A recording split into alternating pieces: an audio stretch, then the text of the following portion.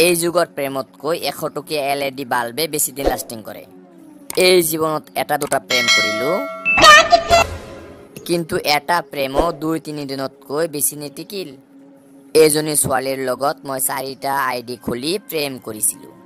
সকলো আইডিতে এটাই চাটিং, মই বোল তাইৰ জীৱনৰ প্ৰথম প্ৰেম। এটা কথা কিন্তু মানিব লাগিব, ছোৱালীবোৰ তামাম ধৈৰ্যশীল, নহলে একেলগে 4-5টা প্ৰেম কেনেকৈ কৰে। এইবোৰ প্ৰেম মোৰ কপালত নাই, মোৰ দ্বাৰা এইবোৰ প্ৰেম চেম নহব। যাও এতিয়া দেউতাৰ ওচৰত যাও, ডাইৰেক্ট গৈ দেউতাক বিয়াৰ কথা কম। মোৰতো বিয়াৰ বয়স হৈয়ে গৈছে। প্ৰেমৰ সমাধি ভাঙি মই আজি মৰিছি কাৰ বাসিন্দা। তোমাৰ পিছে পিছে ঘূৰি কেৱল মই লোকচান কৰিলো চকু পানী। তুমি যে প্ৰতাৰক, তুমি যে বিশ্বাসঘাতক, ইয়ে দিল হে কিমান টানি বুকু হম হম কৰে। দেউতা, তোমাৰ শাৰীৰিক অৱস্থা চাই ভাব হৈছে কেইদিনমানৰ ভিতৰতে সংসাৰৰ কথা ময়ে ধৰিব লাগিব।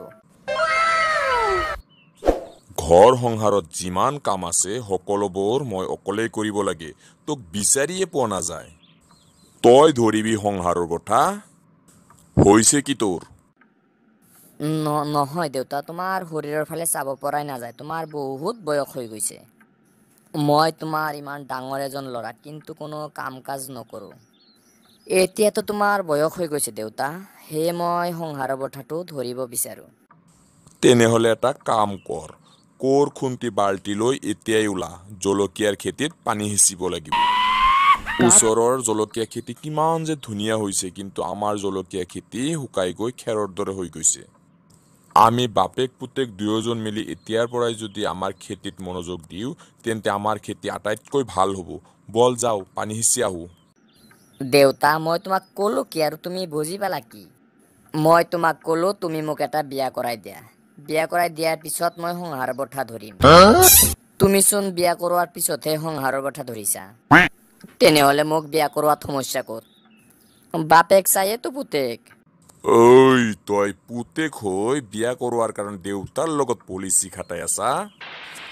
এটা কথা কাণ খুলি শুনি ৰাখ, মোৰ শিক্ষিত বোৱাৰীৰ দৰকাৰ, আৰু এইবাবে তোক এতিয়া বিয়া কৰাব পৰা নাযায়, কাৰণ এতিয়া কেৱল অটোপাছ আৰু অটোপাছ।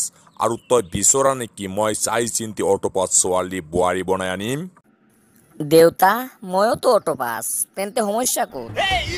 অটোপাছ আৰু অটোপাছ মিলি যাব। বিয়াটো পাতি দিয়া দেউতা, বিয়াটো পাতি দিয়া। তুমি যেতিয়া খেতিত কাম কৰিবলৈ যাবা, তেতিয়া তোমাৰ বোৱাৰী মানে মোৰ মিছেছে তোমাৰ বাবে ভাত ৰান্ধি লৈ যাব। ঐ বদমাছ ঐ, তই দেউতাৰ লগত মুখে মুখে তৰ্ক কৰি আছা? তোক মই